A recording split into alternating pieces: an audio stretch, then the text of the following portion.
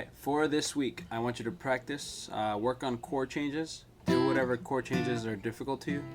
Um, Everyone struggles with the D minor to C with the A-shaped bar chord. So when you're playing the bar chords, when you're playing the A-shaped bar chord anyway, so that there, you know, when you're playing the A-shaped bar chord, you should really only be playing four strings. That's the A string, the D string, the G string, and the B string. Okay, so the notes that you're playing here are C, G, C, E. All right, so the 1, 3, 5 is there. This string is muted by this part of the finger right here underneath. That's why it's curved. Let me try to move that. That's why this is curved. So the string, the last E string, the high E string is muted by this part of the finger right here. Okay, and then the low E string, the first string, is muted either by the tip of the first finger or by the middle finger. Okay, so if you notice there, my first finger isn't touching it anymore, but the middle finger is muting it. Okay, so I'm not pressing it down because then it sounds like this, and that's not what we want. Okay, just kind of like when you're doing the chuck, very lightly press against the string. Okay, another thing I want you to work on is the chuck, because the chuck isn't as clear with everyone. So when you're doing the chuck, remember to lift off all the fingers at the same time. Okay, so it's not one by one. It's not one and then two and then one again, because you only have 4 fingers down. But try to lift off all the fingers at the same time. So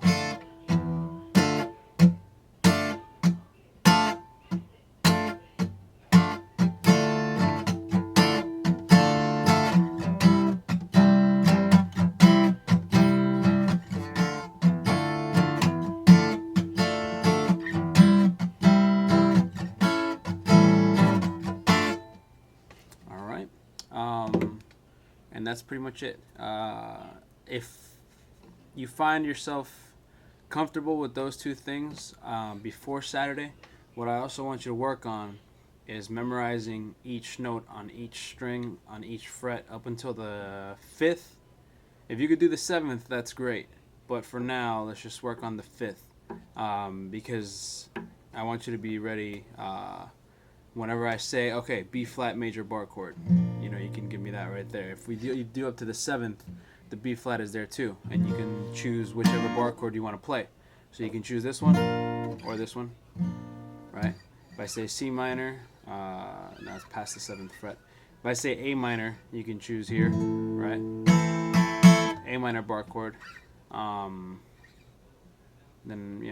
so just practice the bar chords, and practice. Well, that's not really practice; it's more memorizing each.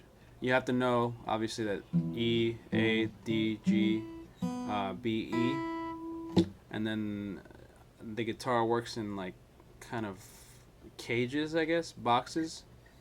Um, you'll start to realize that the same note can be found in 2 different places, or 3 different places up until the 7th fret. So, for instance, F, right, first string, E, first fret, F. If we go to the D string and we play D sharp, E, F, we find F there too. And that's an octave, okay? If we keep going and we play the E string, obviously it's going to be there because it's the same string, just different pitch. But we also find F here.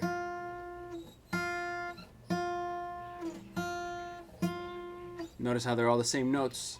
These two are the same notes, same pitch. They just sound differently because of the position on the guitar. But you'll start to realize it seems like a lot to memorize each fret and each string.